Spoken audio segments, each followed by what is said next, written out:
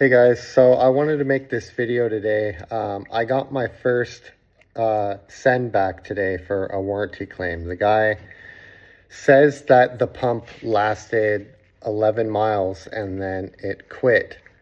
So I told him, send it back. I'll take a look at it.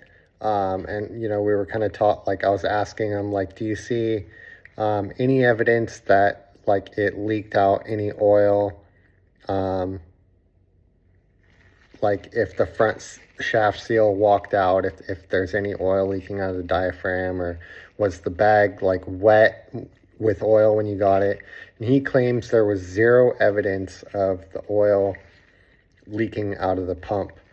And so I told him, send it my way. I'll take a look at it, see if I can't find out what went wrong, send the other pump, and I'll rebuild it out of, I feel bad, I'll rebuild it for inconvenience. So, you could do what you want for that, like have it as a spare or sell it or whatever you want to do with it.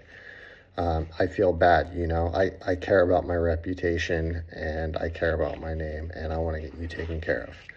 So he sends it to me and I got the pumps today and I took apart my pump. Well, so, okay, first and foremost, the very first thing that I noticed, I'm putting these warranty void stickers on here. And the very first thing that I noticed was it looks like it's been tampered with. So when you remove these, the void lettering remains stuck down. And I'm super gluing these things on, so it's not easy to take this off. So that's the first thing I noticed, and I'm kind of keeping an open mind about this, giving this guy the benefit of the doubt. And I take the pump apart, and there's no oil in this pump. Like, there's no oil in this pump. So it's a mystery. Where did the oil go? It doesn't smell like gas. It smells like hydraulic fluid in the hydraulic section still. So there's no evidence that the oil and gas cross-contaminated and it leaked out that way. There's no evidence that the pump leaked out any oil externally. Everything looked dry. He claimed everything looked dry when he received it, when he put it on, when he took it off. So that leads me to the only conclusion that this guy took this pump apart maybe to see what I did or something and then put it back together, not realizing that he has to vacuum degas, like submerge, assemble these things for it to work.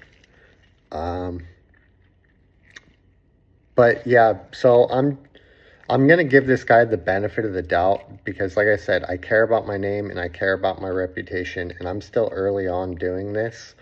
But from now on, I'm going to tell that guy the same way I'm telling you right now. From this point forward, if this sticker is tampered with in any way, I cannot warranty that pump. That's completely on you if you take apart the pump and it doesn't work anymore, because they have to be assembled in a pretty particular and special way. So basically from this point forward, take extra care not to damage this sticker when you're installing this pump. I take the intake manifold off. It's just easy, like the way I like to work on things. I like to make more room for myself to work. I don't like to struggle in tight spaces and stuff if I can help it. So it's easier for me to just take the 7 bolts off the intake manifold, the charge pipe off, a couple of plugs, and then pop the little that square box, that junction box off under the intake. It's just easier for me to take it off. So I would advise doing the same, because if from this point forward, if this sticker is damaged in any shape, way, or form, I'm no longer going to be I'm not going to warranty the pump. This guy is going to be the only exception. But yeah, I just wanted to get that out there and give you guys a heads up. Thanks.